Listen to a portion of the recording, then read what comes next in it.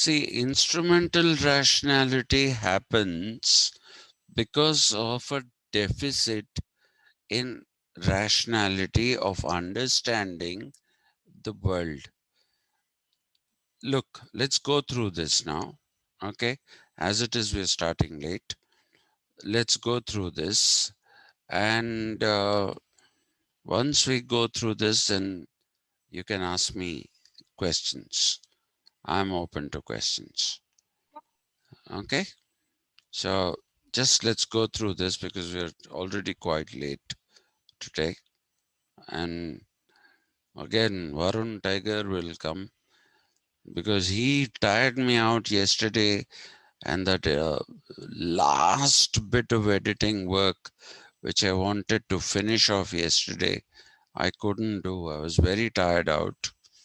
Uh, so he'll come in again today, and he will want to, uh, I'm sure, question me. Before he starts all that, I want to finish this off.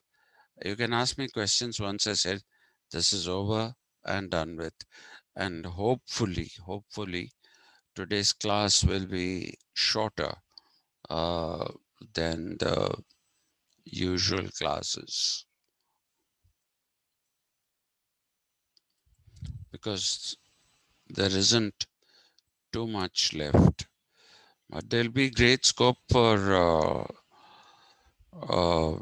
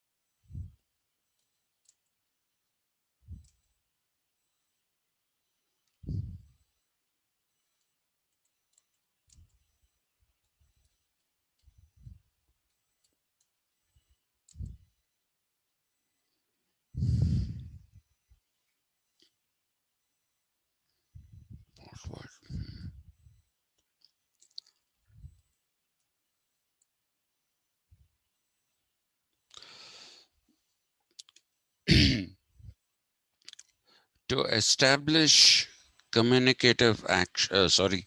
To establish uh,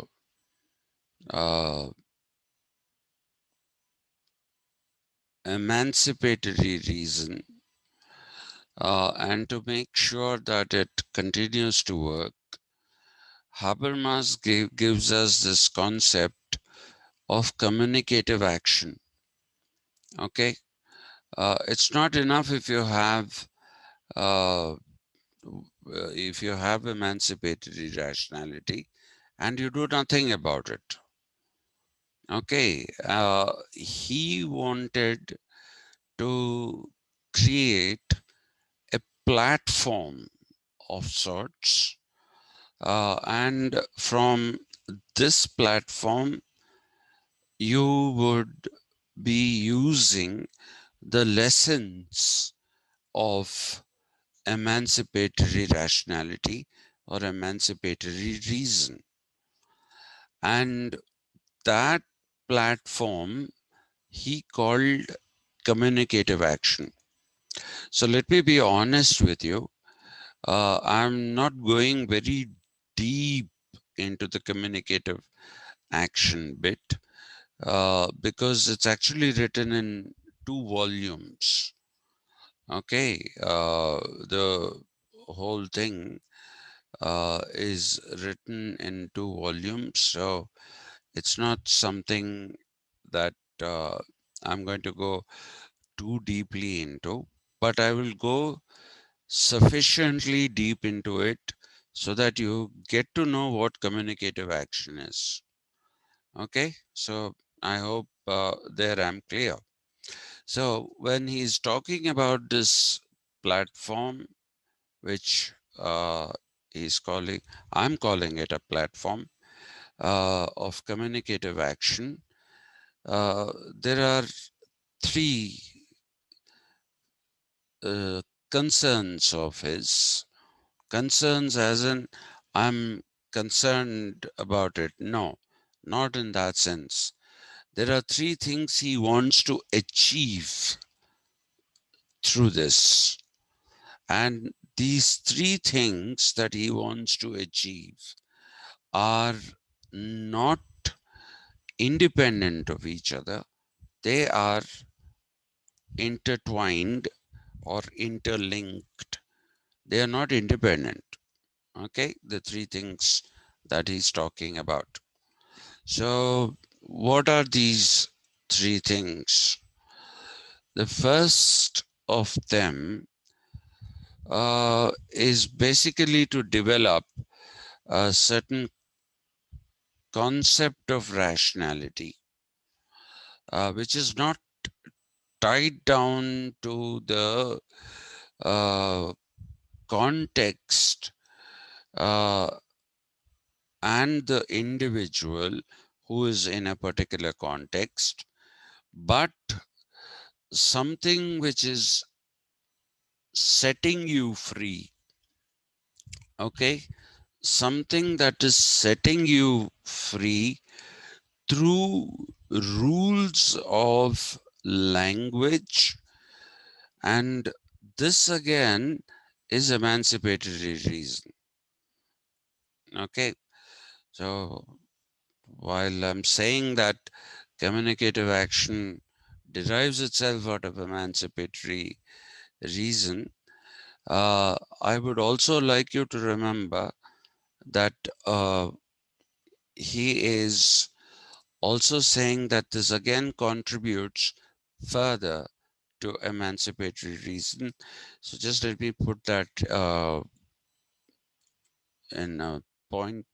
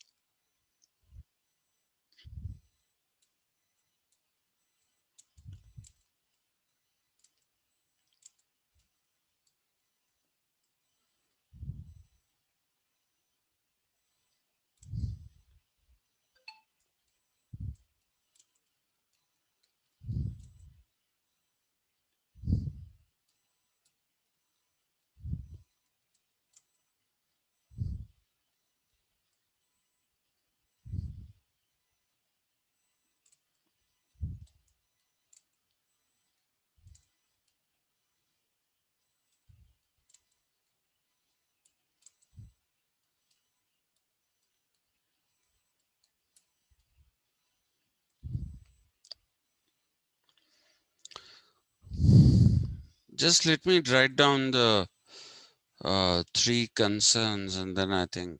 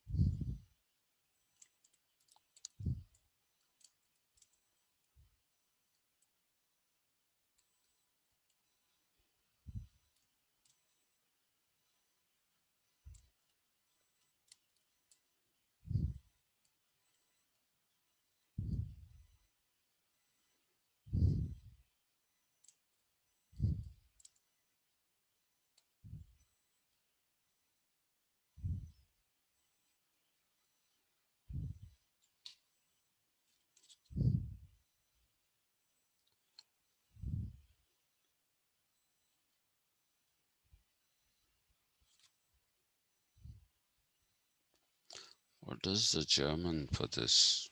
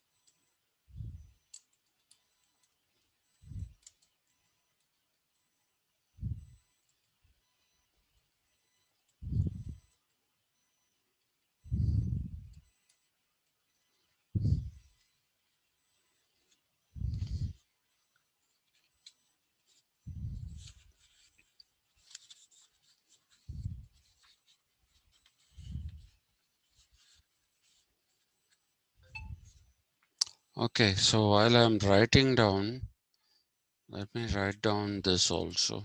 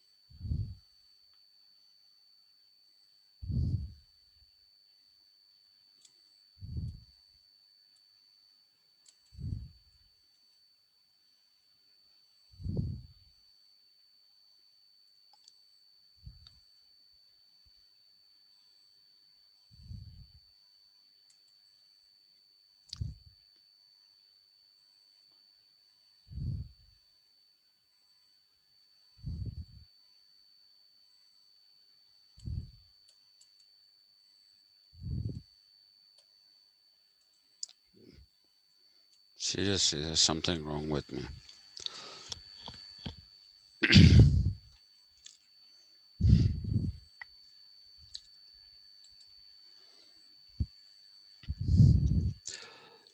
I wrote separately about the life world because we were supposed to be doing Habermas after neoliberalism, and we did so much of Habermas, just this bit is left, and I thought, let's finish it off. Okay, and as Madam Padma says, if they don't come to class, not my problem. I have asked everybody to attend these classes as well. If people think you don't have to come, this is something like I'm doing for myself, well, too bad. Really too bad. Anyway, I'm going to put this as MA Arts College lecture only on YouTube so people can have a look at it. Okay, so Habermas talks about a communicative action, right? And this whole communicative action is derived out of his conception of emancipatory reason, or the ability to establish, or the necessity to establish emancipatory reason. Let's put it that way. It is derived out of not just his conception of emancipatory reason, but his conception of the necessity for establishing emancipatory reason and not instrumental reason, which is what we are seeing when we look at the forces of production and relations of production linkage, which uh, Karl Marx is making. Okay, so he basically said that they need to be linked, and that there isn't one type of reason or rationality. And so he basically talks about these two types of reason, which one of which he calls instrumental, that which is used in the context of your work. Uh, Needless to say, he's talking more about the industrial work that people do. The people work on the shop floors, and it is because of the fact that they work on shop floors. There are other people sitting in rooms, some of them as supervisors. Uh, they do come down to the shop floors, but over the supervisors, you have a hierarchy of managers who don't come down to the shop floor, who'll only probably go down to the offices of the supervisors or call them to their rooms in order to ask them for a report on what's happening. Uh, and then above these people, you have the directors, different directors taking care of different departments, who in turn will be asking for reports from managers. And on top of all this, you have the CEO. You have a new hierarchy which wasn't there in at the time when Habermas wrote this communicative action. Uh, but I'm told he's updated the book. I don't have an updated copy of it. So you have these. There is again a new hierarchy about of chief so various departments. So if it is an industry that is sorry, technologically driven. So then you have a chief technology officer, and since every industry functions with concerns that are financial, you also have a chief financial officer and uh, which is a CFO. The chief technical officer is CTO, chief financial officer is the one who heads the finance division of the company. So he's the CFO, the chief finance officer. And then you have an officer who takes care of operations of the company. And that particular officer is actually called the CEO, Chief Executive Officer.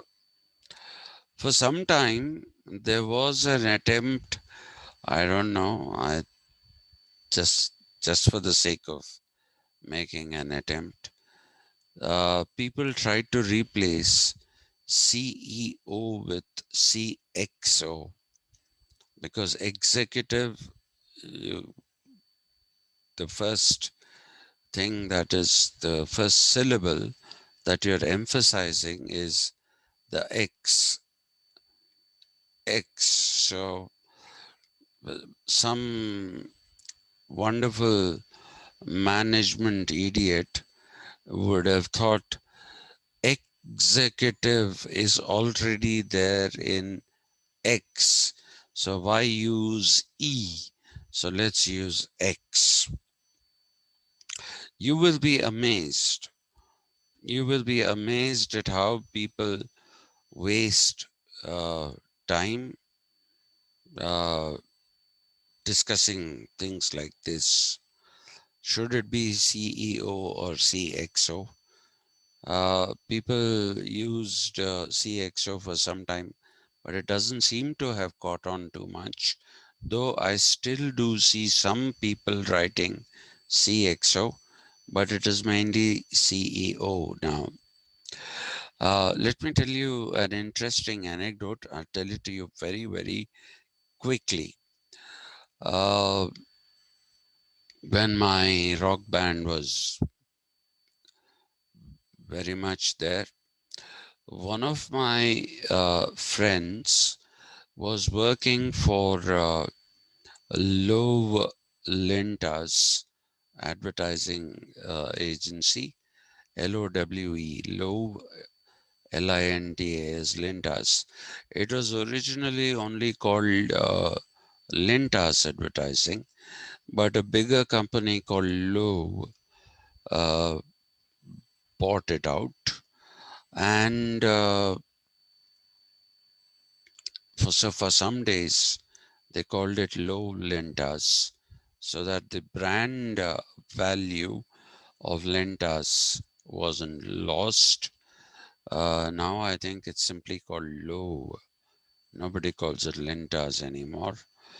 Uh, and So one of their clients was ITC, the Indian Tobacco Company. Okay, and because of the tightening of laws against tobacco products, okay, ITC, I don't know if you know, it is a subsidiary of BAT, which is British American Tobacco. They make all the cigarettes which are famous, like Dunhill. That's one brand. What are the other brands? Dunhill is one brand. Uh, why have all the brands gone out of my head completely? Mm, Benson and Hedges. Yes. Benson and Hedges was yet another brand of theirs. Uh, the Dunhill and Benson and Hedges were considered to be very expensive cigarettes. I think Benson and Hedges is available in India now. I'm not very sure if Dunhill is available. I'm not a smoker, so I wouldn't know that. Marlboro is a different company, and that is also available in India, I'm told. Uh, but so you have these brands of British American tobacco, and the Indian Tobacco Company was a wholly owned subsidiary of British American Tobacco. And with the exception of America, where there is no ban on tobacco advertising, because they are still moving, or they think they are still moving towards what should I say? Uh, they are moving towards free market. So they believe that if you want to smoke, it's your choice. So you should be allowed to advertise even cigarette brands. So, okay, the story is getting a little longer, but it's worth telling. Uh, Motor racing, which is a very, very expensive kind of sport, because, and if you think why is it called a sport, uh, I'll tell you why it's called a sport. It's a sport because you need extremely high level of fitness, sorry. You need a level of fitness which is at least that of uh, the Olympic athletes. You need that level of fitness. Okay, because when you're racing, let's say a Formula One car, or if you're racing a MotoGP motorcycle, your heartbeat can go up to nearly 200 beats per minute. It can go up to 200 minutes per beats per minute because of the adrenaline rush that makes you drive faster, and because of the fact that you are physically handling the Formula One cars don't look like cars, uh, but they are cars. Uh, and or this motorcycle or a car, you're physically handling it, and the G forces. Does anyone know what a G force is? Hmm? No one knows? Okay, is anyone here? Yes, sir. Yeah. Yes, sir. No, because I'm kind of, sometimes I wonder if I'm alone in this universe. Uh, G forces are gravitational forces. Okay. Uh, and when you say uh, you're experiencing a G force which is 5 or 5Gs as it is called, it's not the fifth generation of mobile phone technology. it is 5 times the gravitational force of the earth. Okay, so Formula One car drivers and motorcyclists, they experience G forces on various parts of their bodies, which are prominently the neck, the spinal column, the entire spinal column, uh, then also shoulders. And the G forces in a Formula One car have been measured depending upon the circuit in which you're driving, because you're not driving in a straight line. You're driving in a circuit that has bends. So when you're driving at that speed, it's amazing. I don't know. You should. Tomorrow there's MotoGP qualifying at 4 o'clock, so you should see it. Uh, you'll have a look at the lean angle. Okay, the motorcycle leans so much with the rider on it that it's not just his knees that touch the ground, but even elbows of many riders touch the ground. Of course, you need a separate kind of tires for this exercise. You do it on our road tires, you're gone, you're washed out. Uh, but just imagine that lean angle when both the elbows and the knees are touching the ground. And once a rider by the name of Helmut Bradl was also showing that you can put your head to the side, which is anyway to the side, and touch the helmet on the ground. So that lean angle is usually about 60 to 61 degrees. That is the lean angle. Okay. So, but most riders, the really skilled ones, go to 60, 61 degrees uh, angle, but the others are definitely not anywhere below 57 or 58 degrees. And so just imagine the gravitational forces. They are 5 times the gravitational force of the Earth. Okay.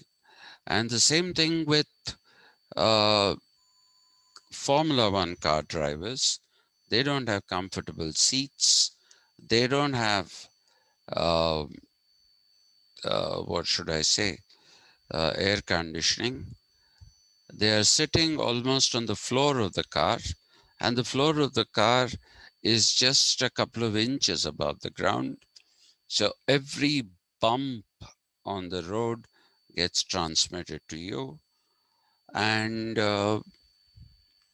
when you take the car, when you're driving it at speeds of both the motorcyclists and the car drivers take turns at speeds in excess sometimes of 180 kilometers per hour. Okay, and that is when the G forces act on you, when your head and body are going in this way and that. So the level of fitness that is required is extremely high, very, very high, because not even an astronaut experiences a G force both at the time of taking off in the rocket or in the landing back. Uh, in a space shuttle or in a capsule, when you're entering through the Earth's atmosphere, re entering, uh, even they do not go uh, a g force which is more than 3 Gs, as it is called. Uh, they don't experience more than that, and they experience it only briefly, and they experience it only once. A motorcycle rider usually experiences this over 45 minutes, and he experiences uh, 5 Gs, which is the same even for Formula One drivers who drive for 2 hours. A race runs usually for up to 2 hours. Uh, so just imagine what is the level of fitness that is required of them.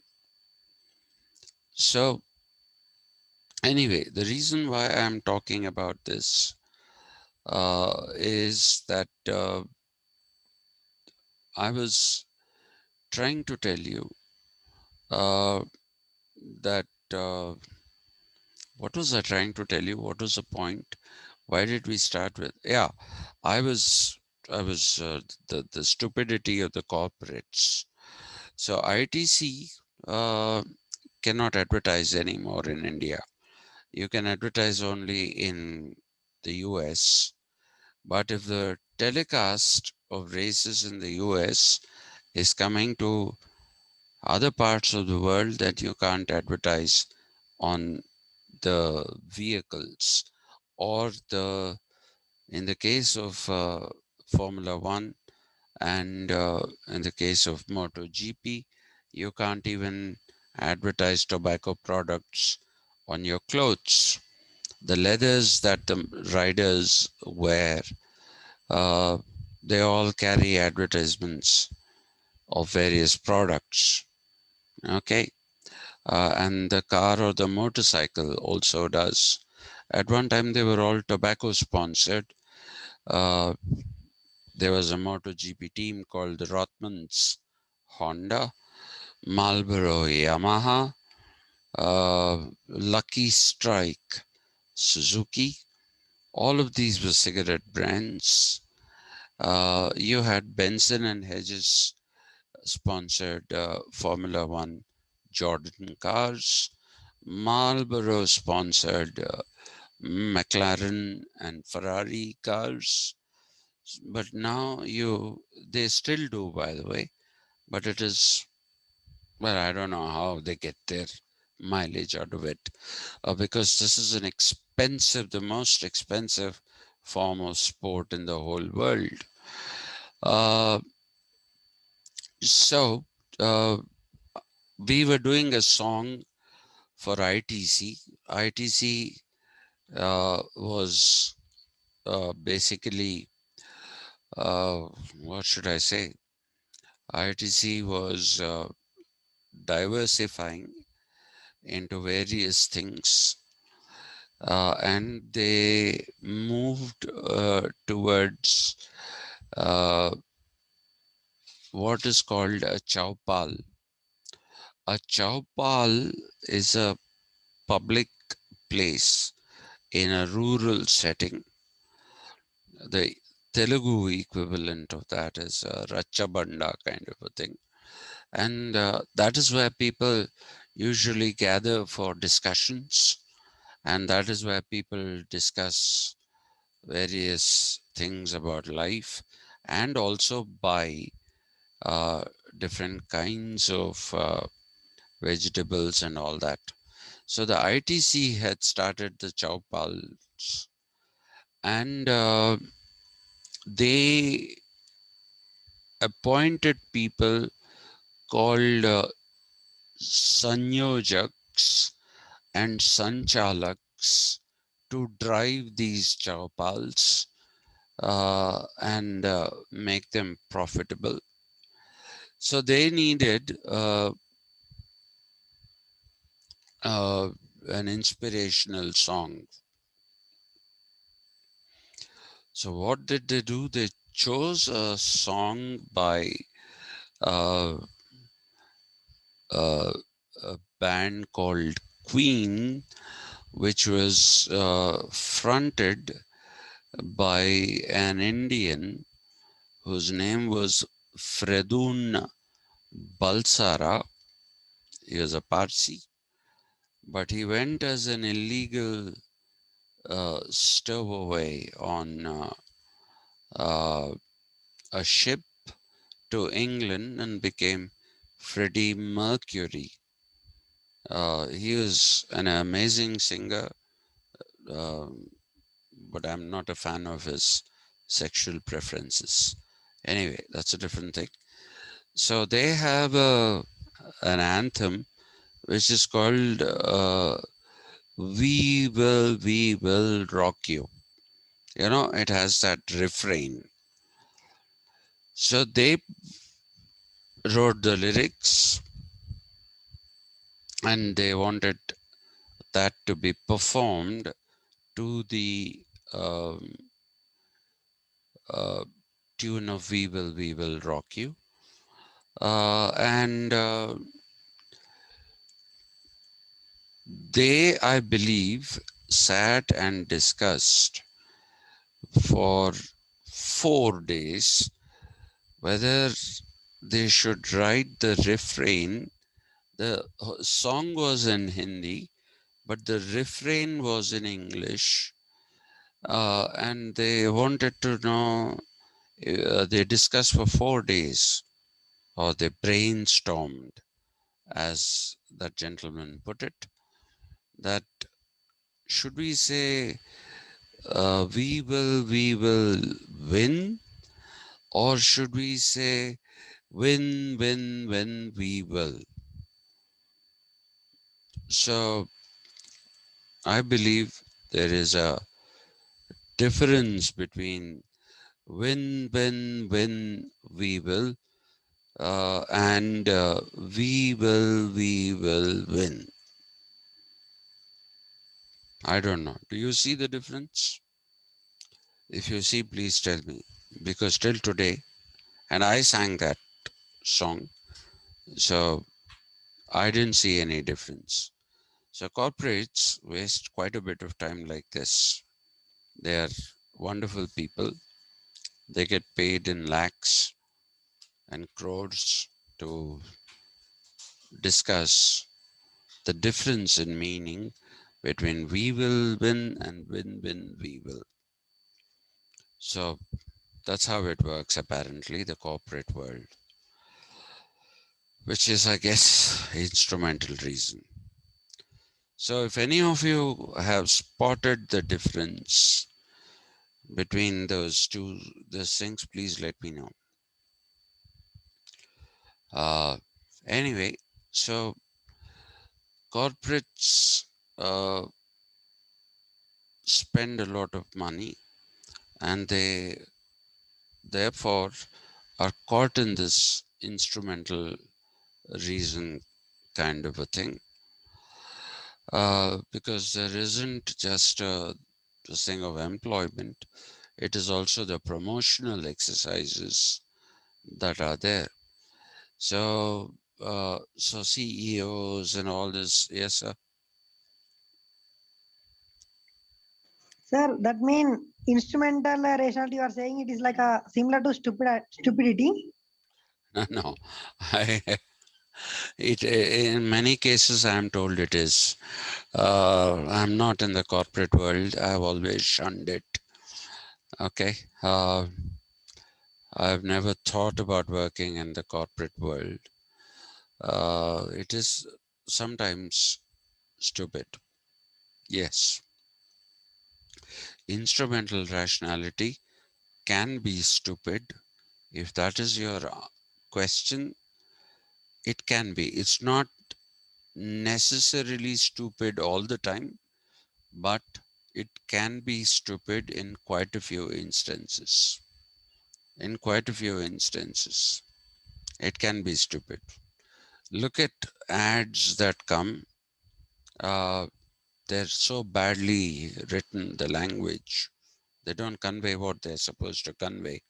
And that, to me, is an instance of stupidity. And an ad is an instrument. It's an instrument of marketing support. It is there to give communication.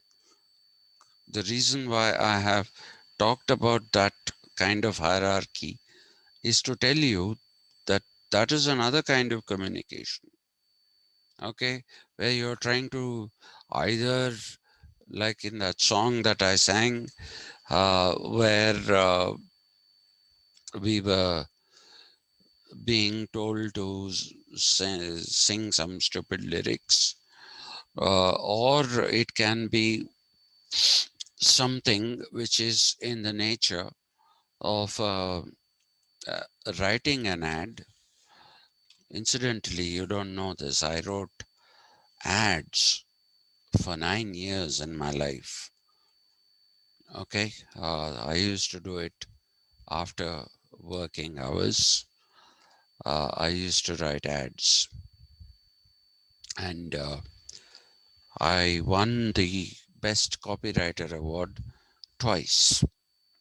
So I do know the corporate world actually, and that it's quite a stupid world. It is quite a stupid world, and instrumental rationality is indeed a very stupid thing. But let's not delve too much on that. Uh, Varun is likely to join us anytime.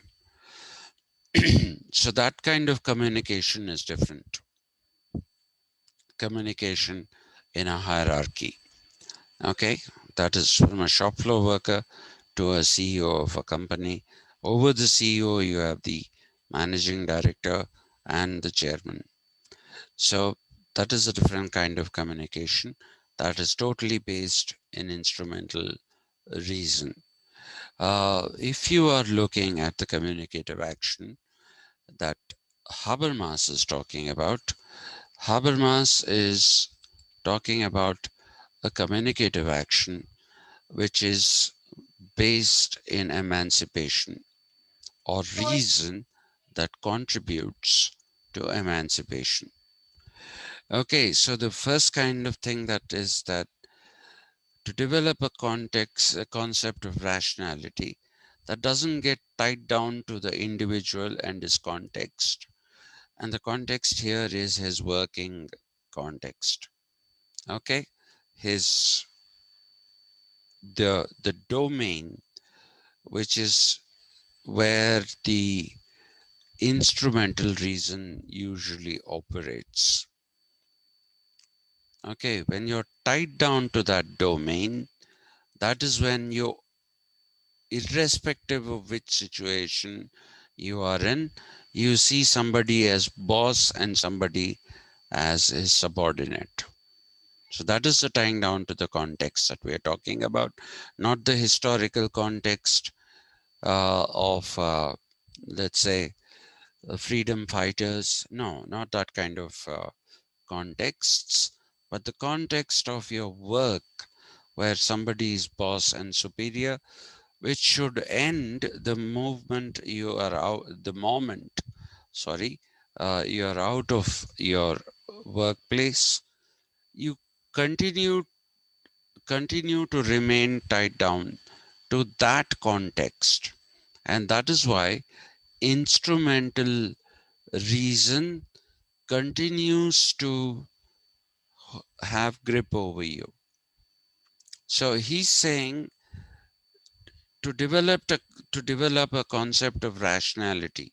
That is a task of communicative action, which will uh,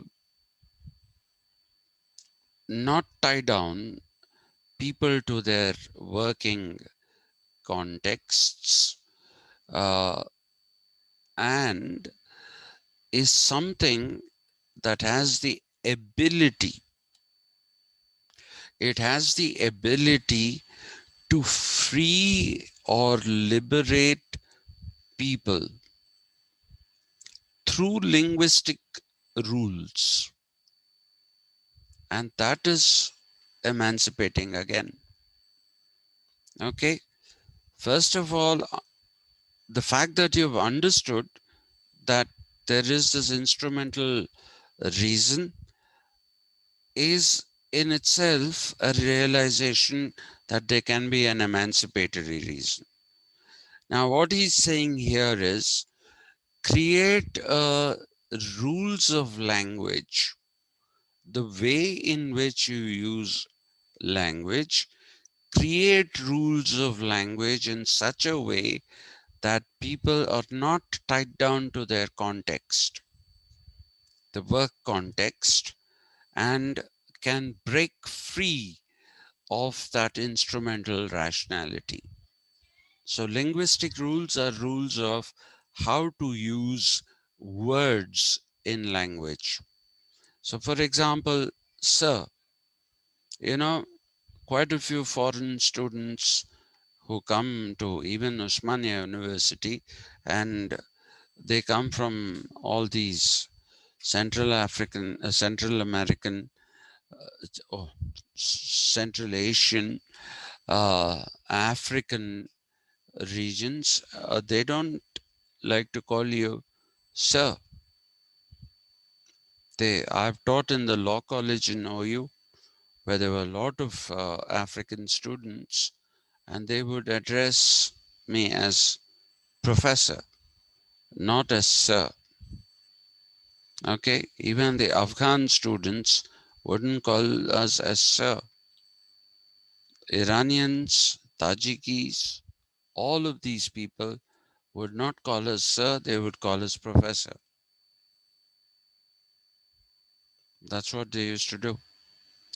So you see, that is a change in the linguistic rules. We keep using the word sir for everything. We keep using the word sir. And that is why, since I can't change this part, I've changed myself. I also address my students as sir. I address my students as ma'am. I do that to have a level playing ground. There is no asymmetry that this man is superior, this person is inferior. No. So that is what that is why I started addressing my students. First, I started in women's college. I used to address all my students as ma'am. And later on, I also started calling my students as sir. Not on a regular basis, but I do say, sir, do you regularize what you're saying? Sir, do you know what you mean? That kind of stuff. To get rid of the servility kind of thing from it. I used to do that. So that is what is the changing of the linguistic rules so that it can emancipate you from that otherwise hierarchical reasoning and maintenance of hierarchy where there is no necessity to maintain that particular hierarchy.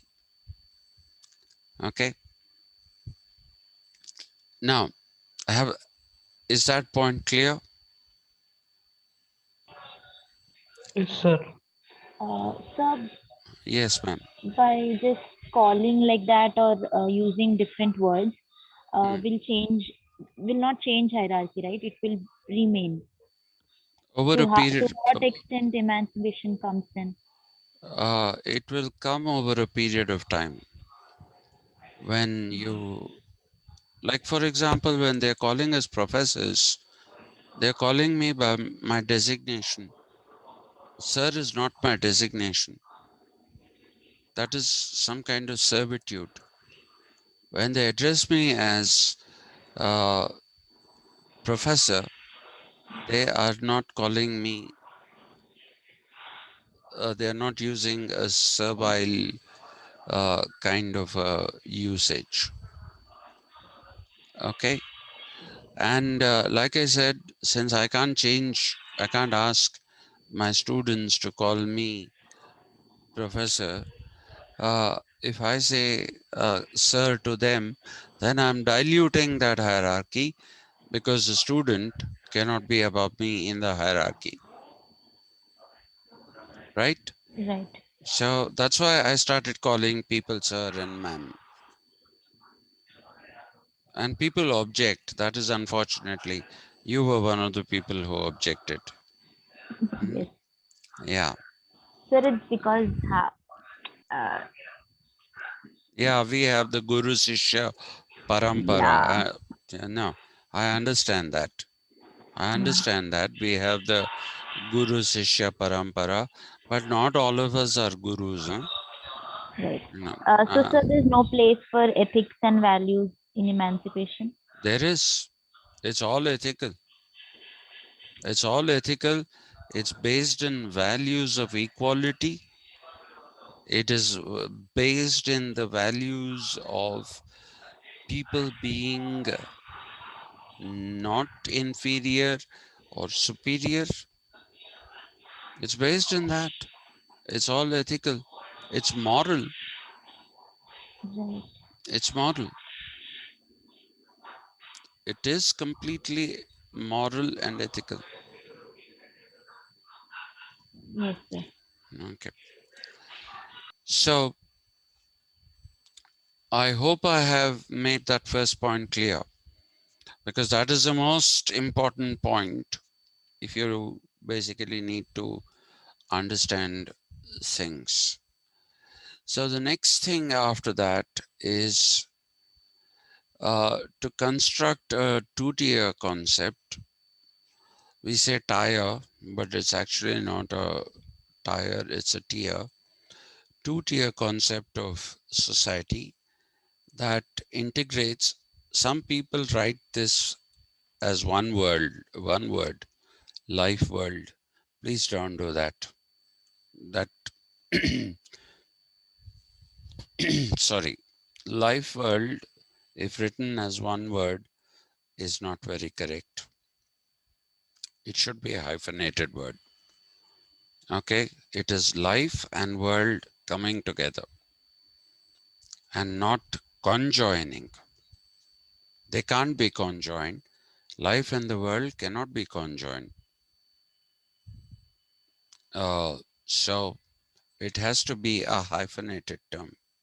Life, world, Lebenswelt.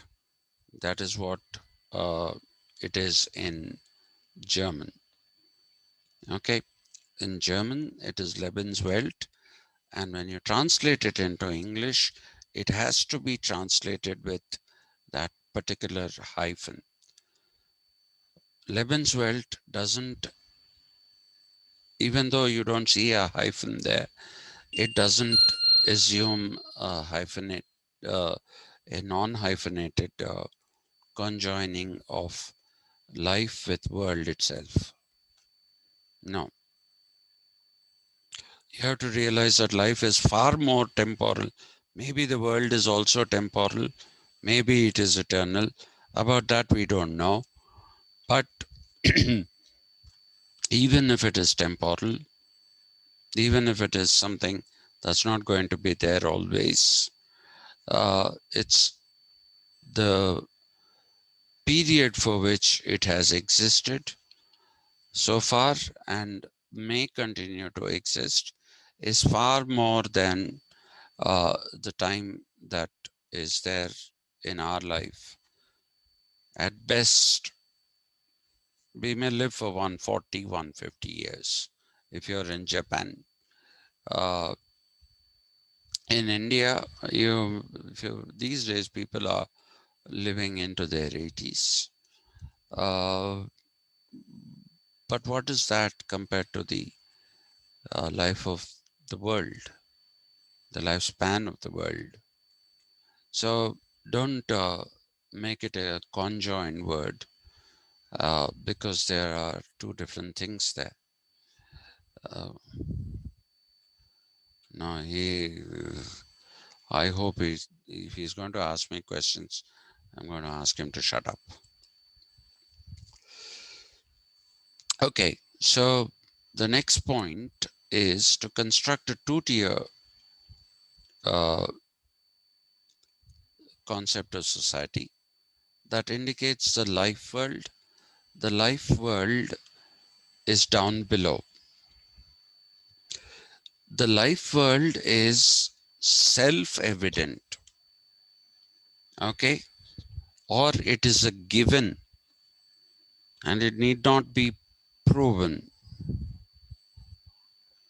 okay. The life world is self-evident or a given, and a given meaning it's a given that you have to do this, which means you have no choice.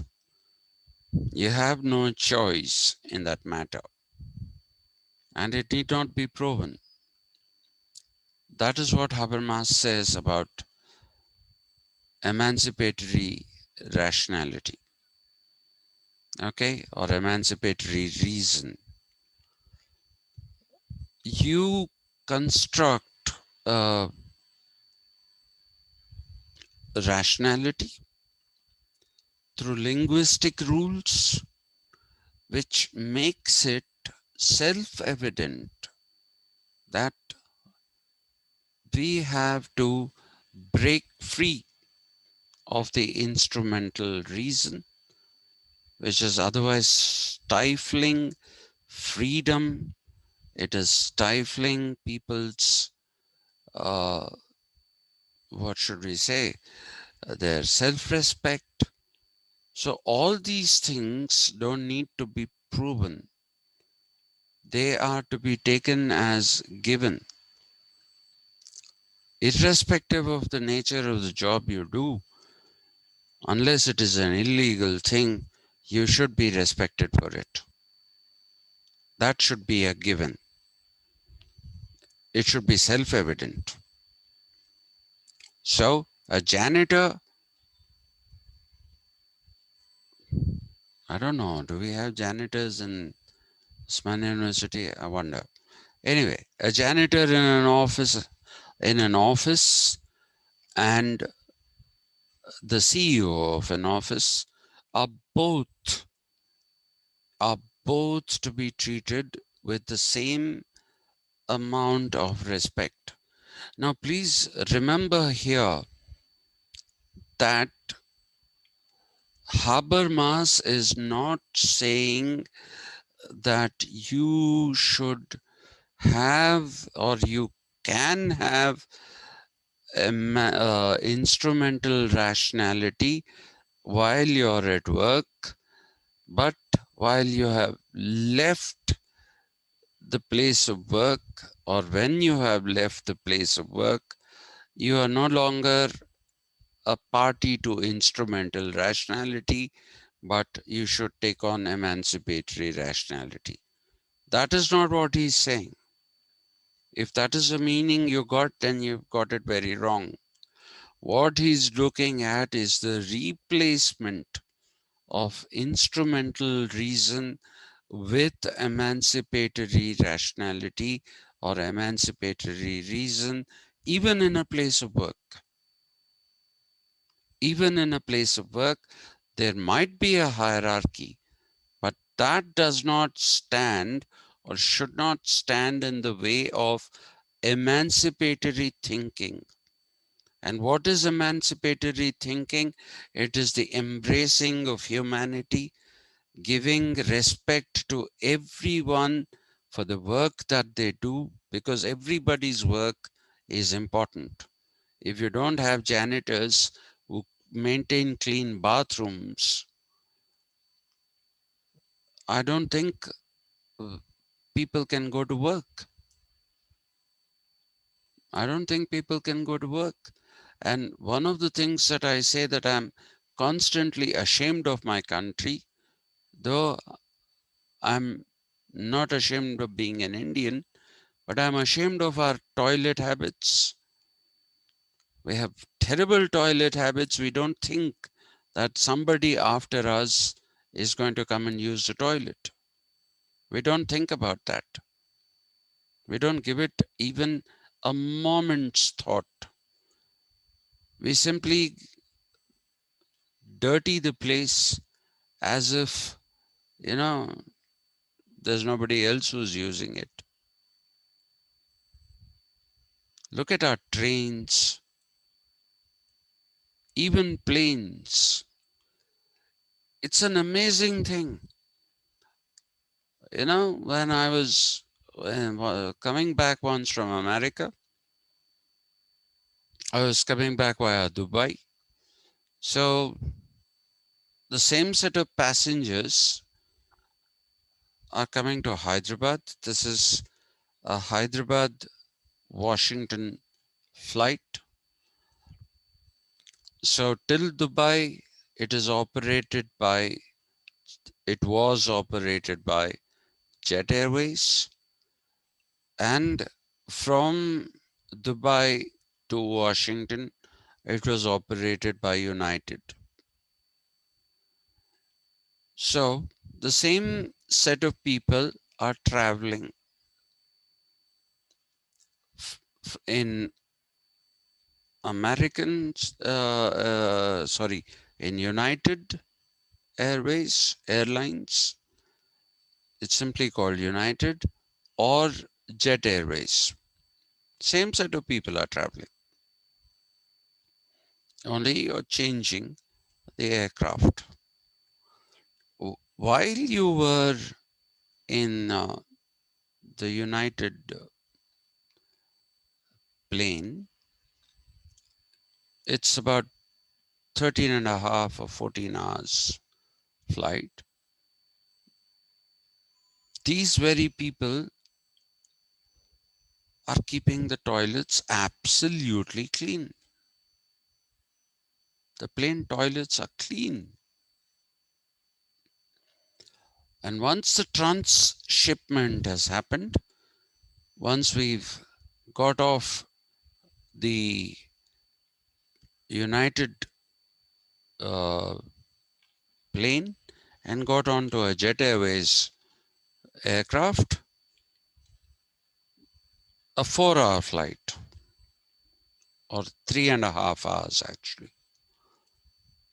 And what do you see? You look at the toilet, especially as you're reaching Hyderabad, there's tissue paper everywhere, there's water everywhere. Somebody even managed to clog the wash basin with tissue. Same people, mind you, same people while they are in an American plane, they are capable of behaving themselves. But the moment you have boarded an Indian plane, I can't understand this. It's absolutely inexplicable. It's absolutely inexplicable. The same people, while they are in America, they don't dare spit on the road. But when they come to visit India, they spit on the road. Why? See, that is the lack of emancipatory reason. That is the lack of emancipatory reason. So it is not as if Habermas is compartmentalizing things. Okay, it's not as if he's compartmentalizing things and saying, here you can use this rationality, there you can use another rationality. No, he is saying wherever you are, whether it is at work or outside of work, have this emancipatory rationality. And what is at the heart of emancipatory rationality? What is at the heart of emancipatory rationality is concern for others. And that concern for others is not, oh my God, this man is dying. Oh my God, this man is sick. No, It is also a concern that if I dirty the toilet, somebody who needs to use it later will have a terrible experience. So let's not do that. When you start thinking like that, that is also emancipatory rationality. It's not just about instrumental rationality. So it is about the species being of the humankind. The species being of the humankind is what he's trying to talk about. That is why it is the life world.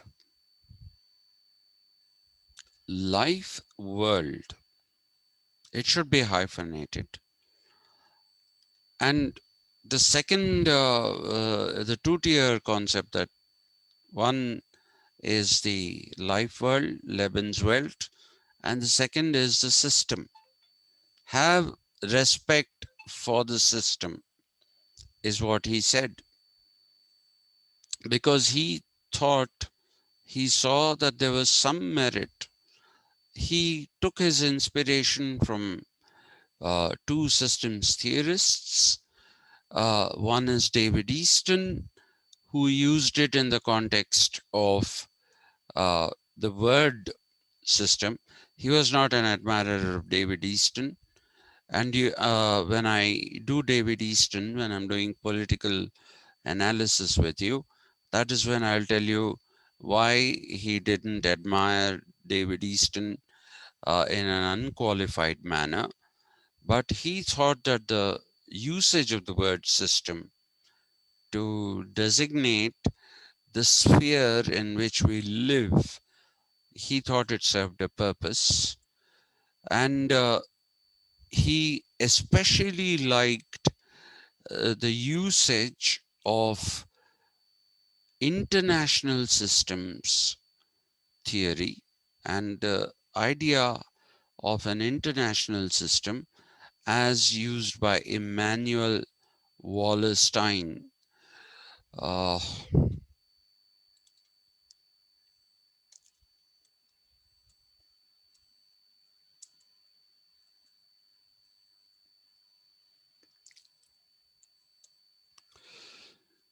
okay, he called it an international system.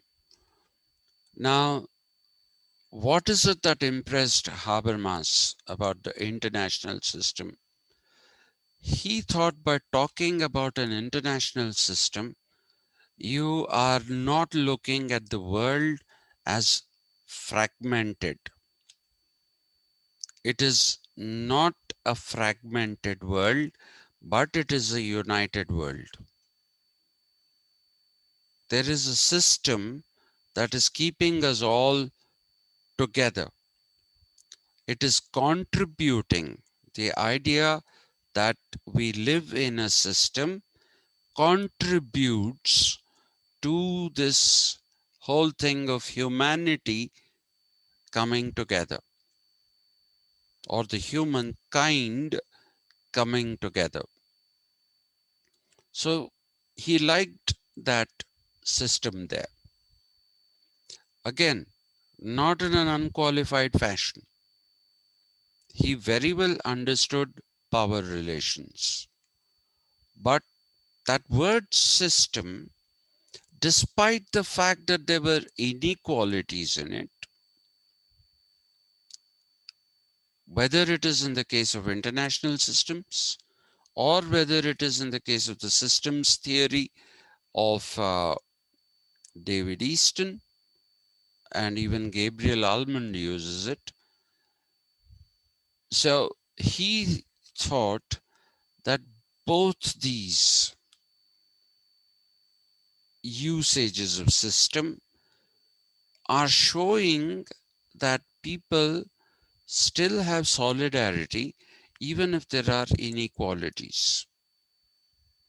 So he adopted the system, the concept of the system, he adopted it, and in that he wanted to create this life world based in emancipation, based in emancipation. So that is why it's a two-tier construct of society. The society has a system. We talk about a systemic failure. We talk about an educational system. Okay. And then the other thing is the life world, where world, a world that people or subjects, I don't like the word subjects, people is a better word, a world that people experience together, or a state of affairs, okay, or a set of conditions, the creation of a state of affairs or a set of conditions in which the world is experienced and lived by the people.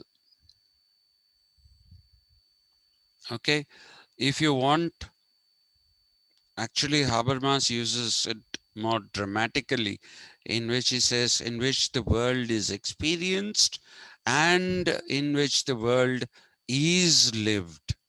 If I quote him verbatim, that is what it'll be. The world is experienced and the world is lived.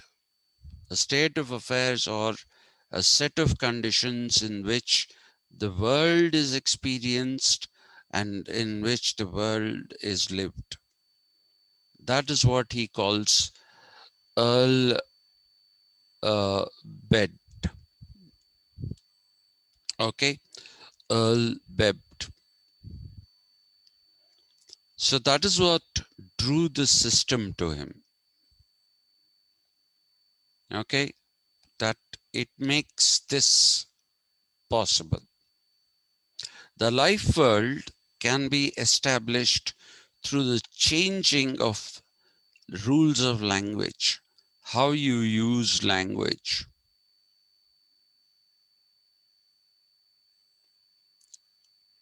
Like I said yesterday, the word the Urdu and Hindi languages, more than Hindi, it is Urdu, which has that up. Hindi even has a tu, which is not there in Urdu. There is a tum in Urdu, but there is no tu in that. It has an up. And this is actually called poetics of conduct. Hmm? Poetics is not just how you write. The poetics of conduct is your daily speech situation. This is an expression you should know.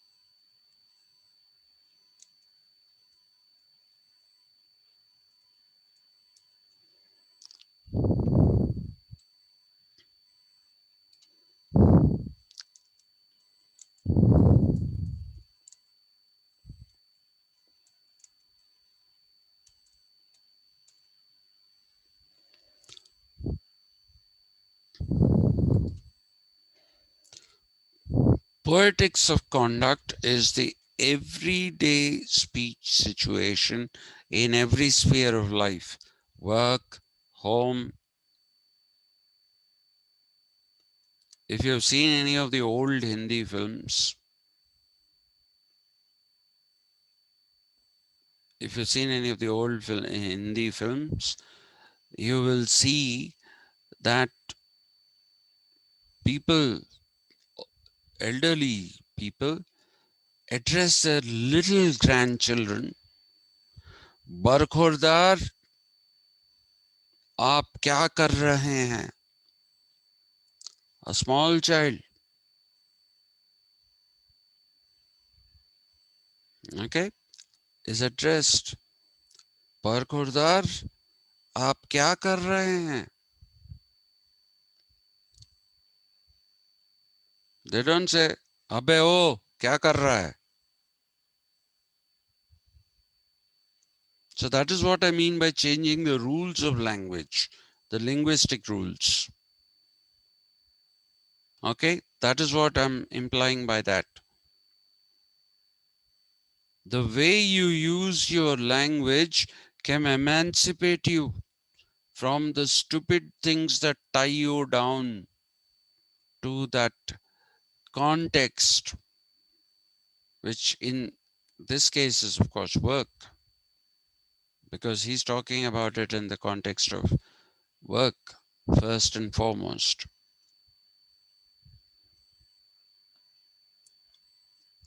So, communicative action, he says, should also be used. I hope I have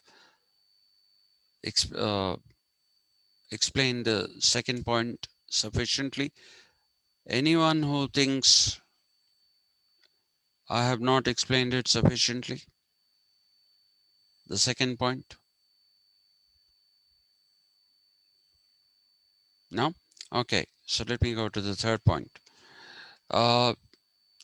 He says, let's derive a critical theory of modernity. He became anti-postmodernism, and thank God for that, because postmodernism is quite a bit of rubbish. Though in bits and pieces, it makes sense. He wanted to derive from this linguistic rules, from this emancipatory reason, he wanted to derive a critical theory of modernity, not just an ordinary theory, a critical theory. Critical need not necessarily be only pointing out uh, the negative things. Akshay will tell you he must have done a course on criticism, literary criticism. Literary criticism also praises the good points and puts down what it considers the weak points. So there are both dimensions to critical thinking. Praiseworthy, you identify that which is praiseworthy. You also identify that which is not praiseworthy. So that is the critical theory of modernity. Okay.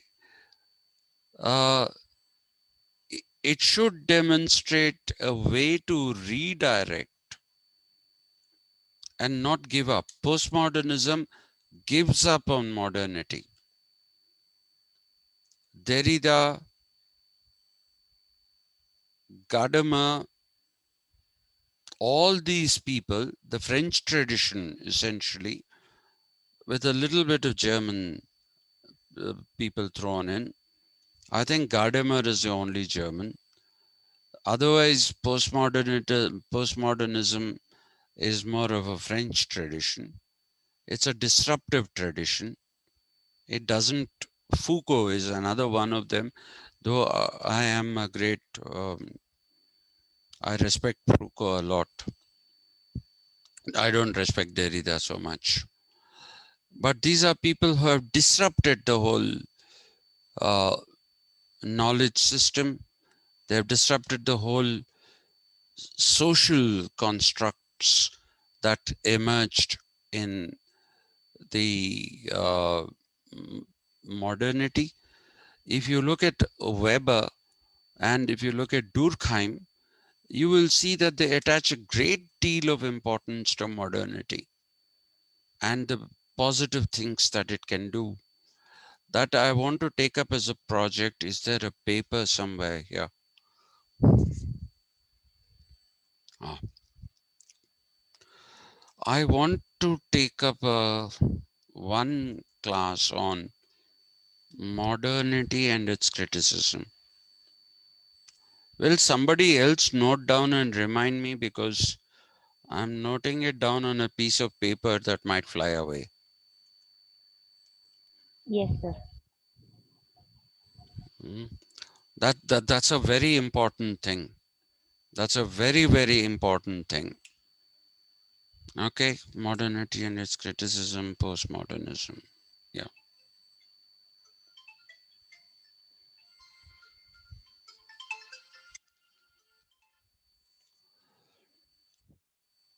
Okay. So please remind me. I want to do one class on that, because otherwise I'll never get to do Weber and Durkheim with you. Okay, I would like to do that. So this postmodernity is all rubbish. Uh, so so he is basically saying that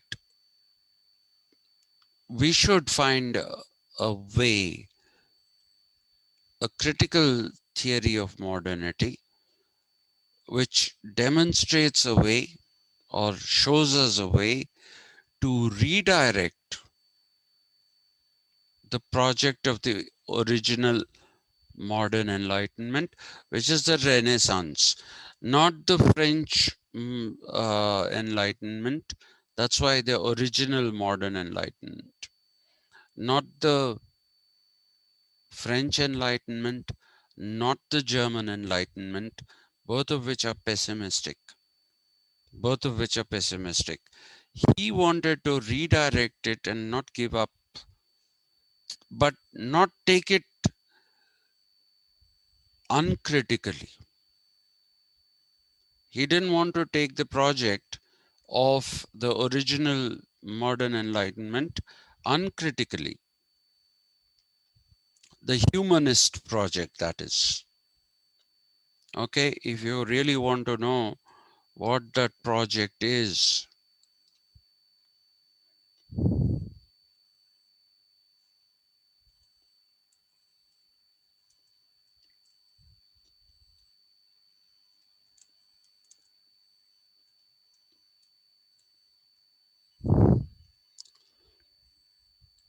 did we discuss humanism? I think we Yes, did. sir. Yeah. No, with the MAs, did I discuss? Padma, you were going to say something? Yes, sir, we discussed. I Yeah, don't remember if in the evening or morning classes, but we did. but we did, right? Yeah. Okay. So you know what is humanism. So you know what I'm trying to say. The project of humanism, which is all gung-ho about the good things of life. It's a very positive way of thinking, unlike the negative way of thinking, which you find in a good measure in the French Enlightenment and in a terribly, terribly high measure in the German Enlightenment. Okay, so he wants to take it back through critical thinking to revive the project of humanism, minus all that, what should we say? Minus all that enthusiasm that came with the discovery of, I can do this. And when you get so carried away, then you thought you could conquer nature, which you can't. So he wanted to have a balanced uh, project of humanism, which is what the life world is supposed to do, which is what Lebenswelt is supposed to do. And this is again very important. A world that people experience together. a set of conditions create. That is why there is a creation. How do you do it? Through communication, communicative action. What is communicative action? Building up these linguistic rules, building up these linguistic rules, universal linguistic rules, so that people don't understand the same language in different ways. So it's a big project, it's not a small project. That's why it was written in 2 volumes. And this he called universal, not pertaining only to one part of the world, one culture, one set of people. No, universe, universal pragmatics. The usage of pragmatics here, I know I have shot past the time. I'm really sorry, but I want to complete this. This is the last point. This is absolutely the last point. Okay. So universal pragmatics has to be understood. Pragmatism of John Dewey and Richard Rorty. Please write that also down now that I've written this. Let me teach a little bit of pragmatism so that you'll understand this better. Yes, sir. Akshay, Prashant, all of you, please make notes of these. Don't leave it only on Padma. Share the responsibility. Let's experience these things together. So please make a note of these things. Okay. Modernity and its criticism and pragmatism. Let's have discussions on these as well. All right. Then you'll understand universal pragmatics better, because that is the influence of John Dewey and Richard Rorty. Okay. And it is something that sits in consistently with their thought as well. So this whole project of communicative action, which achieves all these things, I have simplified it, but I have not left out what is what. Communicative action, he is actually, if you read that 2 volumes, you get to read a great deal of detail about how to set the linguistic rules. How do we make it possible for people who have uh, used language in different ways? So, strictly speaking, Microsoft is doing what Habermas doesn't want to do, which is English UK, English America, English English US, and English India, which means there are different ways of doing English. That will not make universal pragmatics possible. It will not make it possible. Okay. There are some criticisms about the communicative action. They say that it requires a psychologist-like person who is able to see from above that two people in a speech, everyday speech situation, are not exactly able to communicate with each other. That's going a little too deep. That's going a little too deep for now. We will see if we have the time. We'll look at that later. You don't require this at the moment. At the moment, you don't require it. If this AVR thing carries on, this evening things carry on, I will definitely do that also, the criticism of the communicative action. But the communicative action is a part of uh, the communicative action is a part of the hermeneutic. It's a part of the hermeneutics because it's all about linguistic rules. So, well, that's it. We're finished with Habermas also in political ideologies.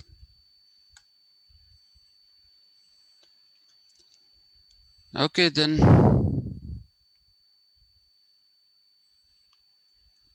Any questions?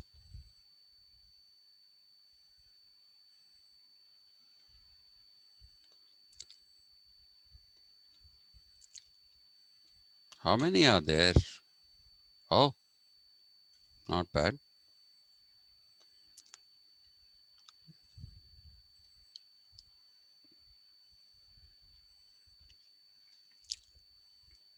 Okay, so tomorrow in the evening,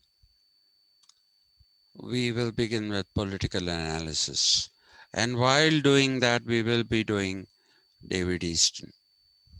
And we'll also do Emmanuel Wallerstein. Yes, sir. Okay. Yes. So, then you'll get a better understanding of Habermas. You'll get a much better understanding of Habermas. Right, sir. Okay. So, thank you very much. You've been very patient. Mm. Today, Varun, you have changed your gender. Uh, I thought I'll put in a bit of gender equality also. change of gender is equality of gender.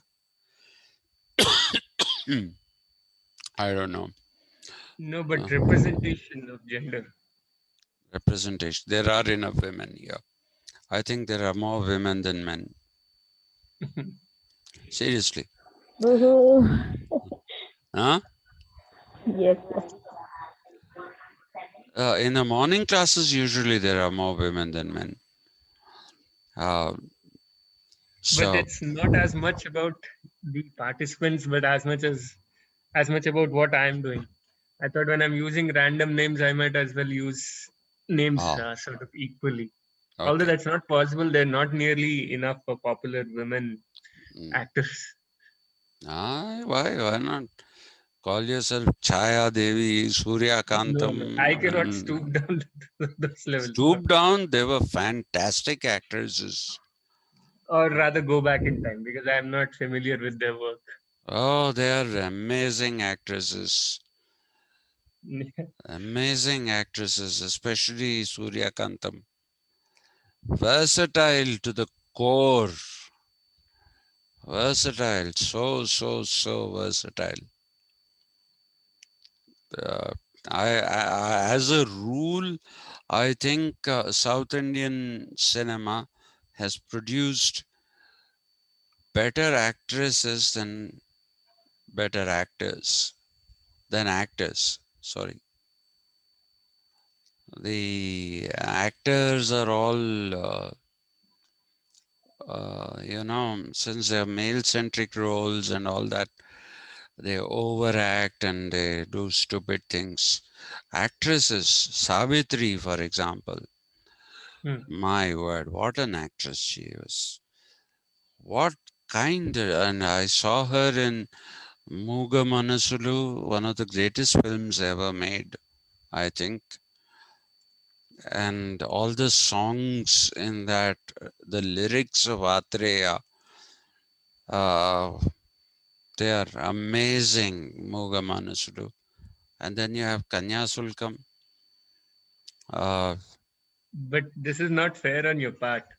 Why? You have already said goodbye. You have said we'll meet tomorrow, and yet you have continued this thing, and the students must be wondering when will Yeah. this man stop? Yes, they must be wondering. But Yeah. I'm just expressing, I don't know. That is your trip. Hmm. You are going on that nostalgic trip. The students No, have no, no, already no, no, overloaded no, that no, thing. no, no, not nostalgic trip. Actually, it's a lightening of the burden. Okay. You know, I was listening to songs from Mera Naam Joker yesterday because I love the lyrics. I think Hazrat Jaipuri wrote the lyrics, and the pain in Mukesh's voice. And I was just recollecting, I seen Mera Naam Joker 2 or 3 times because I didn't, when I first saw it, I was too small to understand that film. And later on, a friend of mine and I, we used to go and see all Raj Kapoor films. My father told me Raj Kapoor films were fantastic because there is a great social message in every one of them. And that is when I realized that Raj Kapoor adapted the character of the tramp that was originally created by Charlie Chaplin and Indianized it so wonderfully. Indianized that tramp so wonderfully. And Mera Naam Joker, uh, what a film! What a film! It, I don't know why it never got a nomination for Best Foreign Language Film. It should have got, and it should have won that award. What a film that is. And it's mainstream, not even art house films. It's mainstream film, and he's made such great films. It had everything: great lyrics, great music, great singing, great acting, everything. I recommend you see Mera Naam Joker. It's not a happy film. It's a very sad film. If you let Very, these people go, they might as well go and watch it. yes. You're holding them back for almost 2 hours. Come on. Yeah. They Thank must you. be itching to get out. Just out of respect, they're staying back, I guess. Yes. You're No, right. sir. No, no, no. Thank you. But if you do get to watch Mera Naam Joker, please see that. Maybe you could do that, so you could have a collaborative viewing session or something in one of these classes. You could play You, it on YouTube and they'll watch it with you on the screen. you do it. You're the technical guy. Help me do it. No, I can't do it. I don't know how to do it. I Right, right. might be. It'll take some time for me to figure it out. But if you want, we'll do that. That's one. It's, we could do that. So give me your opinion tomorrow on that. Okay? Should we watch a film together? Okay. Thank you then. Thank you Thank you, very sir. much. Thank you, Thank you, sir. sir. Bye. Thank you. Bye. Thank you. Thank you, sir. Thank you. Thank you.